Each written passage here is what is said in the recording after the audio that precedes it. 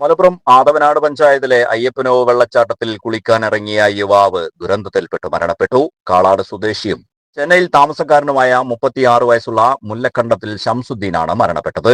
സുഹൃത്തുക്കളായ 4 പേരോടൊപ്പം ഷംസുദ്ദീൻ അയ്യപ്പനോവ് വെള്ളച്ചാട്ടത്തിലേക്ക് കുളിക്കാനായി എത്തിയിരുന്നു. കുളിക്കുന്നതിനിടയിലാണ് ഷംസുദ്ദീൻ വെള്ളത്തിൽ മുങ്ങിപ്പോയത്. ഇയാൾക്ക് നീന്തൽ അറിയില്ല എന്ന സംശയവും ഉയരുന്നുണ്ട്. അരമണിക്കൂർ നേരത്തോളം ഇയാൾ വെള്ളത്തിനടിയിൽ കിടന്നു എന്നാണ് നാട്ടുകാർ പറയുന്നത്. സംഭവം ശ്രദ്ധയിൽപ്പെട്ട ഉടനെ തന്നെ കൂടെയുണ്ടായിരുന്ന സുഹൃത്തുക്കളും നാട്ടുകാരും ചേർന്ന് ഷംസുദ്ദീനെ രക്ഷപ്പെടുത്തി വളാഞ്ചേരിയിലെ നടക്കാവിൽ ആശുപത്രിയിൽ പ്രവേശിപ്പിച്ചെങ്കിലും ജീവൻ രക്ഷിക്കാനായില്ല.